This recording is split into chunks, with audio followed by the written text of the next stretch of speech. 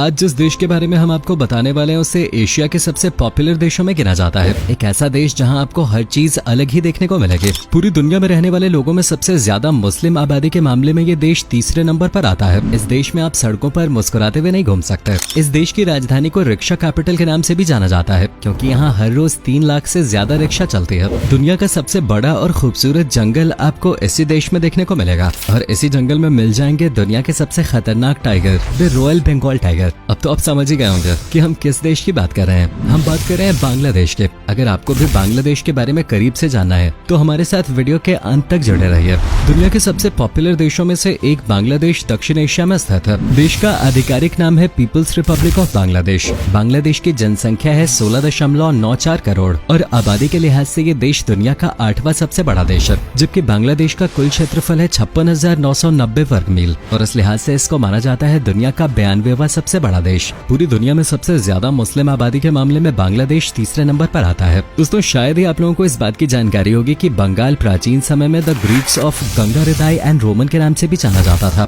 बांग्लादेश एक अनोखा देश है और यहाँ जाने के बाद आपको काफी कुछ ऐसा देखने को मिल जाएगा जिसके बारे में आपने न तो कहीं पढ़ा होगा और न ही सुना होगा। अगर इस देश में रहने वाले लोगों की बात करें तो आपको बांग्लादेश के लोग बाकी देशों से काफी हद तक अलग लगेंगे। यहाँ के कई लोग ऐसे हैं जो अपने देश में नहीं रहते। आपकी जानकारी के लिए बता दें कि लगभग 7 मिलियन से ज्यादा बांग्लादेशी अपने ही देश में नहीं रहते हैं। उनमें से आधे भारत में रहते हैं, जबकि लगभग 10 लाख सऊदी अरब और बाकी पूरे मध्य पूर्व में फैले हुए हैं। ऐसा इसलिए क्योंकि बहुत सारे लोग बेहतर अवसरों और जीवन शैली की तलाश में देश से बाहर चले गए। भारत में बांग्लादेश से आए लोगों को लेकर तो अक्सर विवाद भी चलता रहता है। दोस्तों, पहली बार जब आप यहाँ के लोगों से मिलेंगे तो इस देश के लोगों को लेकर आप कंफ्यूज भी हो सकते हैं, क्योंकि बांग्लादेश के लोग ज्यादा मुस्कुराते नहीं हैं। आपको लगेगा कि ये लोग थोड़ा गुस्से में हैं, लेकिन ऐसा नहीं होगा। बांग्लादेश के लोग इसलिए नहीं मुस्कुराते क्योंकि मुस्कुराहट को इस देश की संस्कृति में ऐसा देखा जाता है जैसे आप अभी बड़े नहीं हुए हैं और आपको काफी कुछ सीखने की जरूरत है। इसलिए आपको बांग्लादेश जाने के बाद बहुत ही कम लोग हंसते हुए दिखाई देंगे। बांग्लादेश की जनसंख्या ज्यादातर खुद को बंगाली मानती है।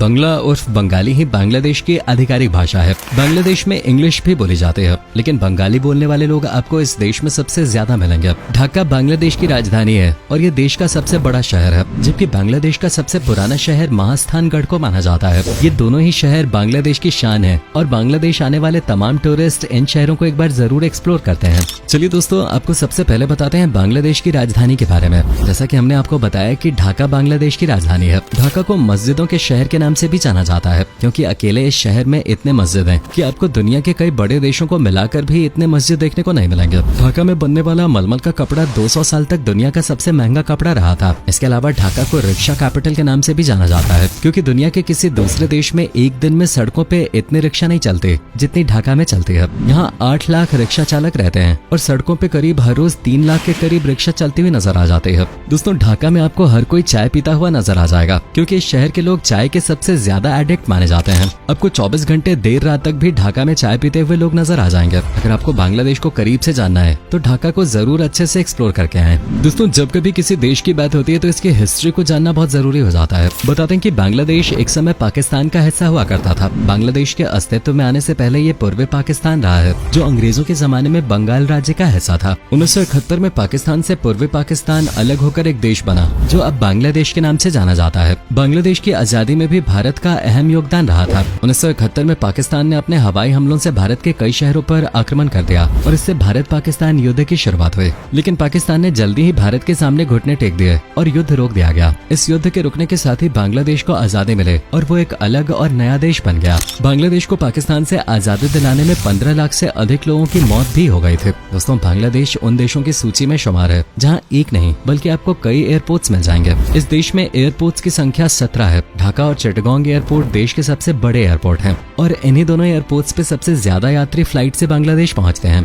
बांग्लादेश की फिल्म इंडस्ट्री काफी ज्यादा एक्टिव है। फिल्म देखने का शौक रखने वाले लोग बांग्लादेश में आपको सबसे ज्यादा मिल जाएंगे। इसी वजह से बांग्लादेश में हर साल 80 से अधिक फिल्में बनती हैं और लोग दिल खोलकर फिल्मों को प्यार भी देते हैं। इसके अलावा ग्रामीण बैंक की शुरुआत करने वाला देश बांग्लादेश ही था। इस देश में रहने वाले मोहम्मद यूनुस ने बांग्लादेश ग्रामीण बैंक को स्थापित करके दुनिया के सामने इस मॉडल को रखा था। मोहम्मद यूनुस के ग्रामीण बैंक मॉडल को जबरदस्त सफलता मिली है और अब इसको पूरी दुनिया अपना रही है। इसके लिए उनको नोबेल पुरस्कार से भी सम्मानित किया जा चुका है। दोस्तों, कबड्डी बांग्लादेश का राष्ट्रीय खेल है, लेकिन इस देश में आपको सबसे कम ही ऐसे लोग दिखाई देंगे जो कबड्डी खेलते हो या इस खेल के प्रति पागल हो। बांग्लादेश में क्रिकेट को सबसे ज्यादा पसंद किया जाता है, ठीक वैसे ही जैसे भारत में हॉकी के नेशनल गेम के होते हुए क्रिकेट को ही सबसे लोकप्रिय खेल माना जाता है। दुनिया के सबसे लोकप्रिय क्रिकेट स्टेडियम्स में से ढाका का क्रिकेट स्टेडियम भी शामिल है, जो बांग्लादेश की राजधानी में ही है। दोस्तों, जब कभी बात जंगल की होती है तो जंगल किसी भी देश की खूबसूरती में चार चांद लगा देते हैं। बांग्लादेश में एक ऐसा जंगल है जिसे दुनिया के सबसे खूबसूरत जंगलों में गिना जाता है। ये जंगल भारत तक फैला हुआ है, जिसे कहा जाता है सुंदरवन फॉरेस्ट। इस जंगल के बारे में कहा जाता है कि ये जंगल जितना खूबसूरत है उतना ही खतरनाक भी।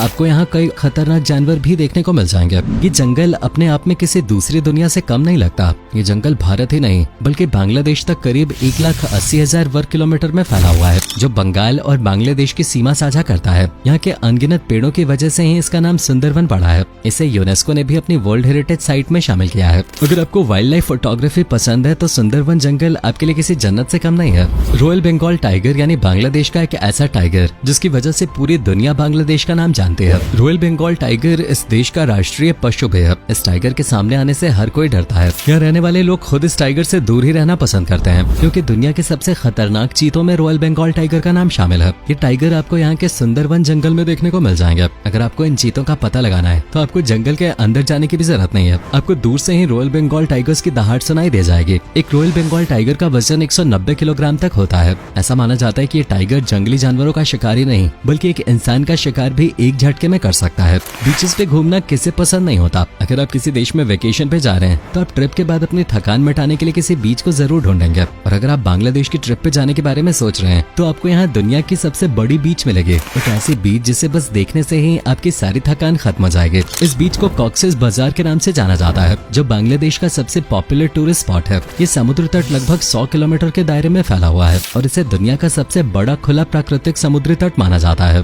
बांग्लादेश को नदियों का देश भी कहा जा सकता है, क्योंकि यहाँ एक नहीं बल्कि 700 नदियाँ बहती हैं। एशिया की 3 सबसे बड़ी नदियाँ बांग्लादेश से होकर बहती हैं, जिन्हें जाना जाता है गंगा, मेघना और ब्रह्मपुत्र के नाम से। इस देश में बहने वाली प्रमुख नदियों में से एक मेघना बांग्लादेश की सबसे बड़ी नदी भी मानी जाती है। दोस्तों, भले ही बांग्लादेश में बहने वाली 700 नदियां इस देश की शान हो, लेकिन इन नदियों की वजह से बांग्लादेश में हर साल बाढ़ का खतरा बना रहता है। इस देश का नाम उन देशों की सूची में लिया जाता है जहाँ हर साल सबसे ज्यादा बाढ़ आती है, और इसका कारण है यहाँ बहने वाली इतनी सारी नदियाँ। दोस्तों, एक बात जो आपको बांग्लादेश की बिल्कुल भी अच्छी नहीं लगेगी वो है यहाँ पर होने वाली गंदगी, जो आपको यहाँ हर तरफ देखने को मिलेगी। यहाँ पर आपको शायद इसी चीज से सबसे ज्यादा परेशानी होगी। कई साल हो गए हैं लेकिन ये चीज अब तक नहीं बदली है। बांग्लादेश में कुछ चीजें ऐसी हैं जो आपको थोड़ी अजीब लग सकती हैं, जैसे यहाँ के कुछ कानून। इस देश के कुछ कानून तो ऐसे हैं जिनके बारे में जानकर आपको थोड़ी हैरानी भी हो सकती है। जैसे कि अगर कोई व्यक्ति बांग्लादेश में किसी बैलगाड़ी से टकरा जाता है तो उसे देश से बाहर निकाल दिया जाता है, क्योंकि जो कोई भी धीमी गति से चलने वाली किसी चीज से टकरा सकता है, जैसे कि बैलगाड़ी, उसको शहर में रहने का अधिकार नहीं है। इसके अलावा दोस्तों, अगर आप बांग्लादेश की सड़कों पे हैं और कहीं जा रहे हैं तो आपको उस जगह का पूरा पता मालूम होना चाहिए। अगर आपको इस देश में किसी पुलिस वाले ने रोका और आपको उस जगह का पता नहीं मालूम जहां आप जा रहे हैं तो पुलिस आपको गिरफ्तार भी कर सकती है। अगर आपकी उम्र 18 साल से कम है तो आप बांग्लादेश में रात को 12 बजे के बाद फोन पे बात नहीं कर सकते। अब ये सारे नियम कितने सख्त हैं ये तो हमें बांग्लादेश के भाई लोग ही बता पाएंगे। चलिए दोस्तों, अब आपको बताते हैं कि आप बांग्लादेश पहुंच कैसे सकते हैं। बांग्लादेश का सबसे बड़ा एयरपोर्ट राजधानी ढाका में है। भारत के प्रमुख शहरों जैसे दिल्ली, मुंबई और कोलकाता से बांग्लादेश की राजधानी ढाका के लिए सीधे फ्लाइट की सुविधा उपलब्ध है। आपको इन शहरों में से जो भी शहर नजदीकी लगे आप वहाँ से फ्लाइट पकड़ के सीधे बांग्लादेश की राजधानी ढाका पहुंच सकते हैं। अगर आप दिल्ली से फ्लाइट पकड़ के ढाका जाते हैं तो आपका कम से कम किराया 6,000 से 7,000 लगेगा, और अगर आप कोलकाता से फ्लाइट द्वारा ढाका जाते हैं तो मुंबई और दिल्ली की तुलना में आपका सबसे कम किराया मात्र 4,000 से 5,000 ही लगेगा। अगर आप फ्लाइट से बांग्लादेश जाना चाहते हैं तो आपको फ्लाइट की टिकट 2-3 महीने पहले ही बुक करा लेनी चाहिए, क्योंकि ऐसा करने पर आपको टिकट पे भारी छूट मिल सकती है। बांग्लादेश में घूमने के लिए आपको पासपोर्ट के साथ वीजा की जरूरत पड़ती है। बांग्लादेश एम्बेसी से आपको आसानी से वीजा मिल जाएगा। फ्लाइट के अलावा आप ट्रेन के जरिए भी बांग्लादेश पहुंच सकते हैं। ट्रेन से बांग्लादेश जाने के लिए आपको पहले पश्चिम बंगाल तक जाना होगा, इसके बाद ही आप बांग्लादेश के बॉर्डर तक ट्रेन तक पहुंच सकते हैं। इस देश की करेंसी बांग्लादेशी टका है। अगर आप बांग्लादेश की यात्रा पे जाने का प्लान कर रहे हैं तो आपका एक हफ्ते का खर्चा 60,000 से 70,000 रुपए तक आ जाएगा। तो दोस्तों, ये था नदियों का देश बांग्लादेश और इससे जुड़े कुछ रोचक फैक्ट्स। अगर आप पहले इस देश को विजिट कर चुके हैं तो आपको बांग्लादेश की कौन सी चीज सबसे अलग और खास लगी हमें कमेंट करके जरूर बताएं।